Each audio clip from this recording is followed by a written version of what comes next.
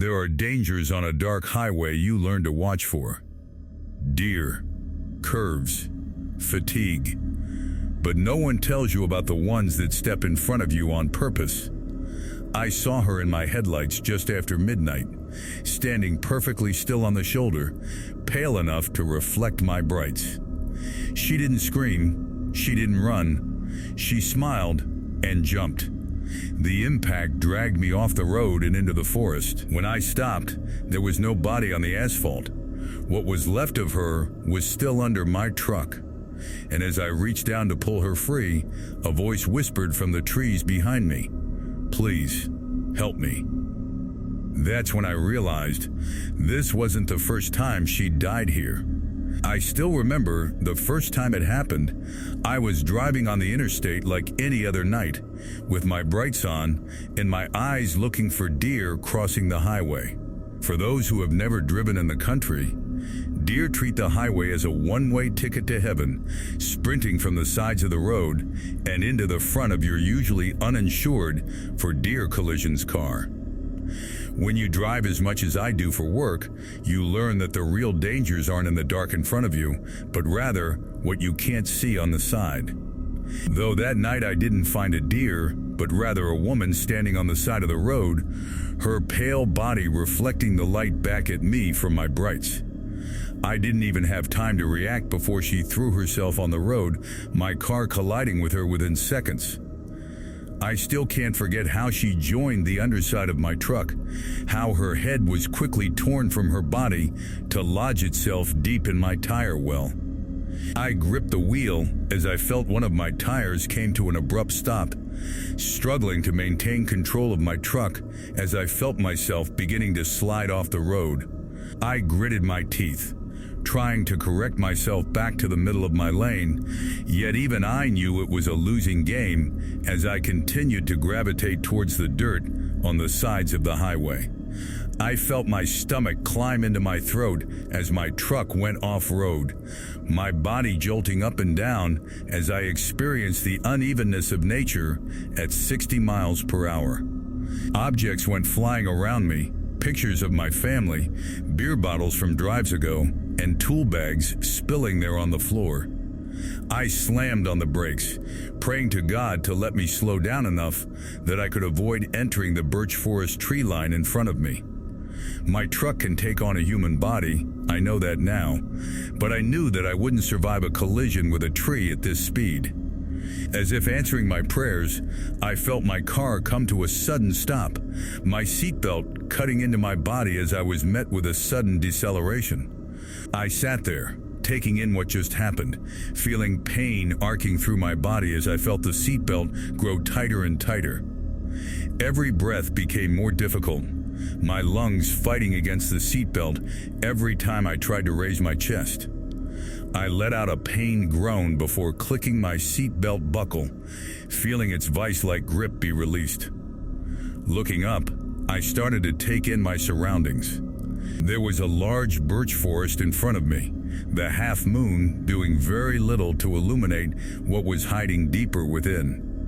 Looking back to the highway, I couldn't see any cars coming my way on either side, meaning no one witnessed what I had done to that poor girl. My hand shook as I opened the door, terrified of the future possibilities if someone finds out what I had done. It wouldn't matter that she threw herself in front of my car. If a cop came around and did a sobriety test, I would fail within seconds. I had a few beers before starting my shift, just something to take the edge off the start of a 12-hour workday, but definitely enough that if highway patrol happened to pass on by, I was guaranteed to get a Dewey. A Dewey meant losing my job, and after working in this field for 20 years, it meant the only thing I would be qualified for was flipping burgers. There was only one solution to the situation I was in. I had to get rid of the evidence, and I had to do it fast. I need to get her fucking head out of my tire well so I can get back on the road. I said to myself, reaching into the back of my car to grab my truck flashlight, a dingy orange-colored flashlight stained black in multiple areas due dirty, oily hands handling it. I exited my car in a rush, knowing that I would need begin my dirty work as soon as I could. The sooner I can throw that fucking head in the forest, the faster I could get out of here. Hitting my flashlight a few times to get it to turn on, I walked around my car surveying the damages. Surprisingly, not that many dents, but the entire front of my car was bathed in blood and human viscera.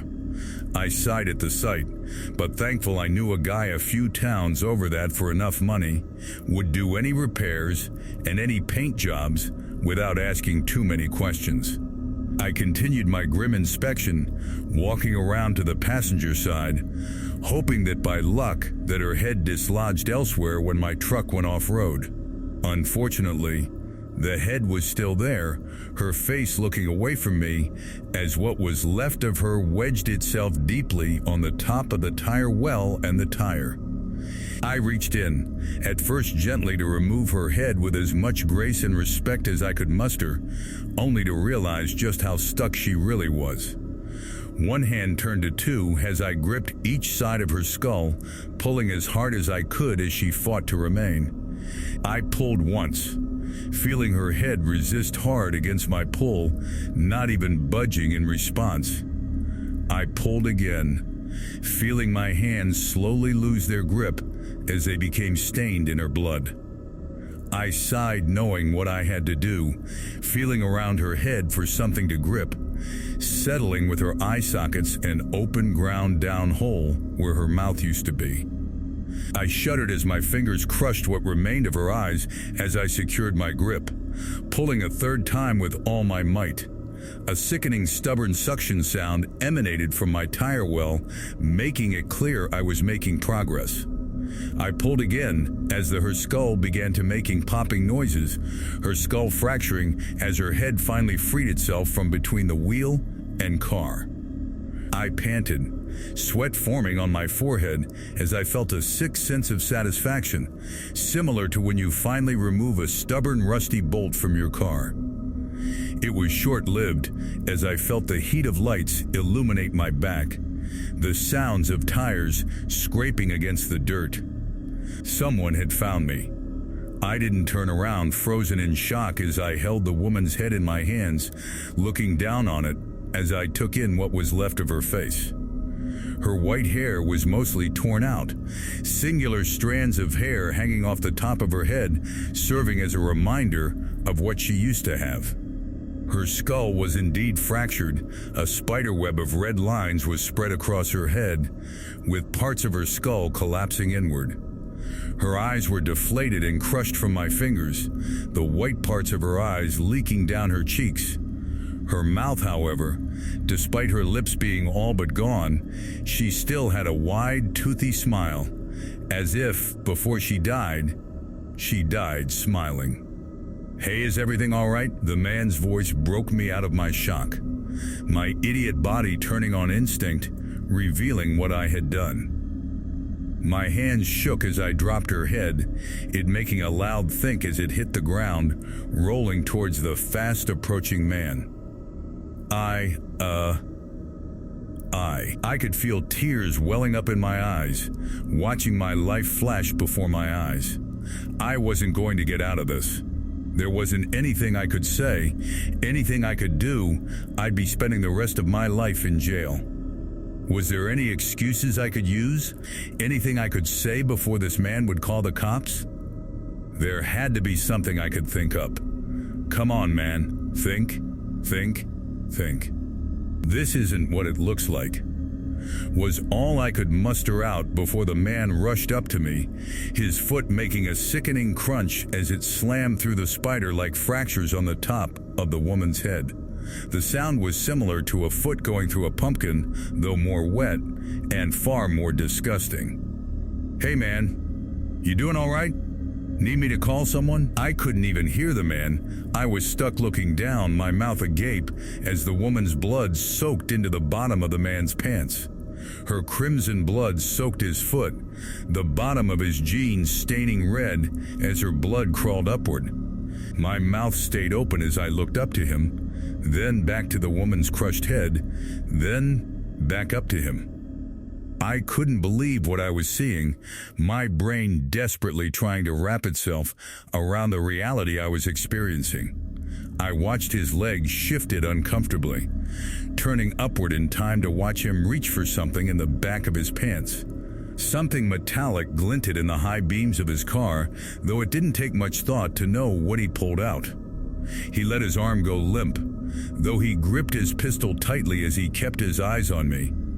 I raised my arms, trying my best to crack a half smile to appear friendly.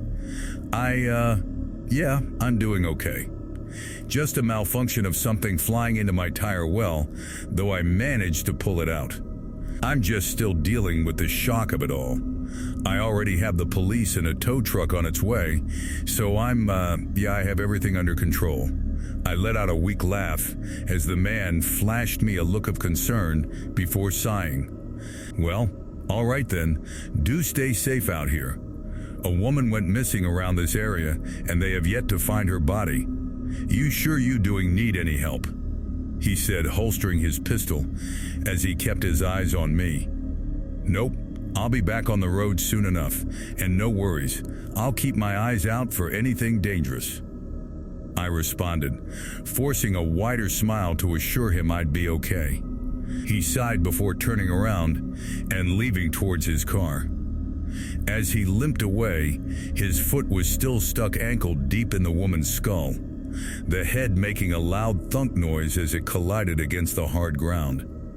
With each of his steps, the man shook his leg as if he knew something was attached to his foot, but just couldn't figure out what it was.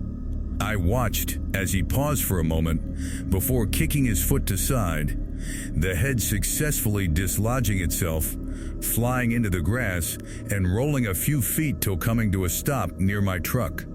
I stood in silence, watching the man look at me before stepping into his car with a foot covered in blood and brain. And with that, he drove off, the warmth of his lights leaving me. My mind became lost in thought, trying to find a rational explanation to why he couldn't feel an entire human skull around his foot. Maybe I'm hallucinating? Too many long nights with little sleep may have finally caught up to me? No, that can't be it. I'm not that tired, and I did get 4 hours last night. The sound of twigs being crushed behind me snapped me out of the trance I was in.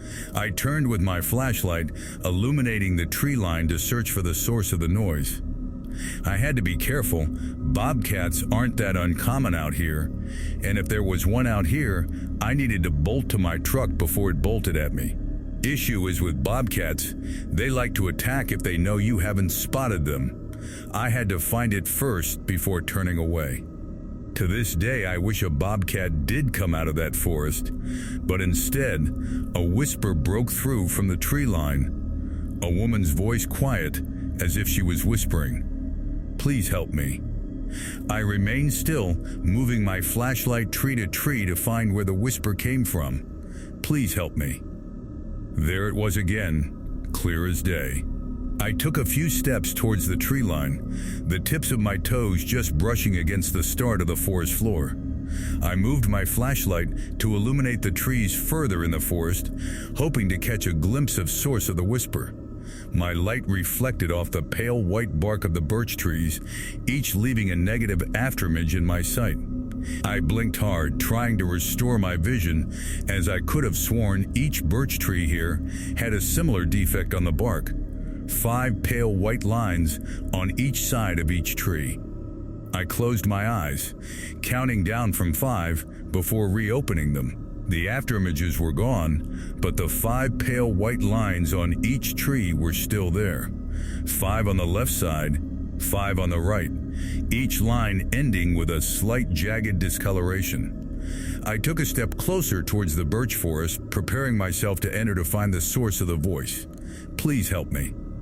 She was close. The whisper was just a little further in, the sound of my shoes cracking the twigs and leaves filling the quiet air. Now I look back at it, there was something wrong about that night. No crickets, no bugs, not even an owl. Not even the wind was swaying the tree's branches. It was as if someone had muted the entire forest. The forest held its breath as I felt myself falling into a trance. The issues of my truck faded from my mind as I started to feel myself consumed with the desire to enter the forest, to find where her voice was coming from. Please help me. Her voice was always moving a little further away every time I took a step forward, my body moving by instinct rather than choice. As I came closer to the start of the tree line, I couldn't help but make out more details on the defects of each tree. My body came to a complete stop, the realization dawning on me as I took a step back away from the forest. They weren't lines, but pale white fingers, each ending in a jagged, broken yellowed nail. My hand began shaking as fear began to crawl up from my stomach. Something was behind each of these trees. It didn't make any sense though. Each birch tree was around a foot in width, far too small for someone to hide like this. The flashlight trembled in my grip as I illuminated each tree. They all had the same defect. The pale hands began gripping the birch trunk, the tips of their jagged nails digging deep into the bark. Please help me. Come closer. Just a few more steps. I began to walk backwards, keeping my eyes and my flashlight on the trees. I wasn't far from the truck, but I was definitely far enough that if something came running from the tree line, I wasn't going to make it. Are you really going to abandon me? Came a collective whisper from all the birch trees. I watched in horror as numerous heads began slowly revealing themselves from behind each birch trunk, all completely disconnected from a human body. It was the face of the woman I hit before I destroyed what was left of her, that is. I would say she was beautiful if it wasn't for the grin on all of her faces, reminding me of the grins children have before they pluck the wings off of a captured, tortured fly. Grins filled with an evil desire, hoping I would sit still long enough they could get their hands on me. They moved in an unnaturally horizontal movement, the sides of their heads betraying the width of the thin birch trees. I stumbled backward, my flashlight making a loud think as it collided with the ground. I felt myself falling as I tripped over the twigs and leaves underneath me. I watched as each head finished exiting their birch trunk, stopping only to face me, each beginning to slowly move towards me. One by one, the hands released their grip from the birch bark, joining the heads as they stretched unnaturally long in an attempt to reach me. The jagged ends of their fingernails sent shivers down my spines, for I knew they wanted to find a new home in my eyes. Please help me. The voice wasn't coming from them anymore, but behind me, though I didn't care about the source of her voice anymore. I pushed myself up and began running in terror to my truck. I threw open the door slamming against its hinges as I crawled into my seat. Looking down in the grass, I saw the woman's crushed head. Only her mouth remained, her grin gone. It was now stuck in an expression of sorrow. I watched her open her mouth one last time. Please don't go, I'm inside the forest, but I didn't care. I closed my truck door and slammed on the gas, my tires tearing out the dirt below me as I tried gain enough traction to drive back on the highway. I looked in my rearview mirrors, tears running down my face as I saw the woman's multiple heads and hands fill all of my mirrors. They were right behind me, and I knew if they managed to make it to my truck, I would never be found again. My tires continued to grind against the dirt, a rough, uneven growl as they continued to dig deeper and deeper into the dirt. I could hear the dirt flying away from my car, the small rocks making dull cracking noises as they hit the quickly approaching faces and hands behind me. They seem unbothered by it though, continuing their slow, unnatural chase. Maybe it was luck, Or maybe God was looking out for me. But I felt my truck lurch forward, my tires gaining enough grip with the ground to move. A smile joined my sobbing as my truck began driving forward, putting distance between the chasing hands and heads. I glanced at the rearview mirror again, hoping to see the head's reaction to my escape, only to find nothing. The heads, the hands, they were gone. All that was left was the light I dropped, it still on and illuminating a pale, thin woman, her body facing me. She reached out to me before falling to the forest floor, her hands clasping her face as if she was sobbing. The rest of the night was a blur, my mind trying its hardest to cope with what I just witnessed. I brought my car over to the repair shop hoping to get the dents repaired or even the blood removed, only to be laughed out of the building. Evidently, they couldn't see the damages to my bumper or the blood coating the side of my car.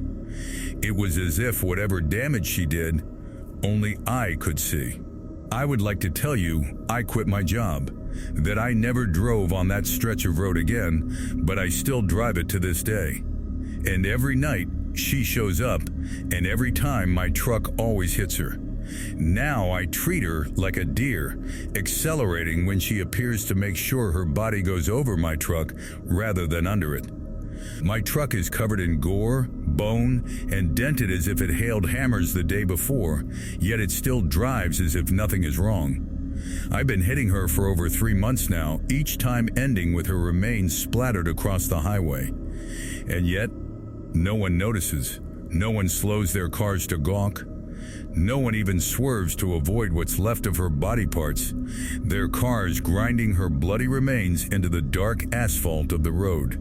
Her blood clings to their tires as all that remains of her are turned into bloody tire tracks on the highway. I don't know what she wants, why she's doing this to me, but I know if I ever stop again, ever stop to remove parts of her body from my car in that area at night, she'll come for me. And this time, I'll be joining whatever is left of her in that forest.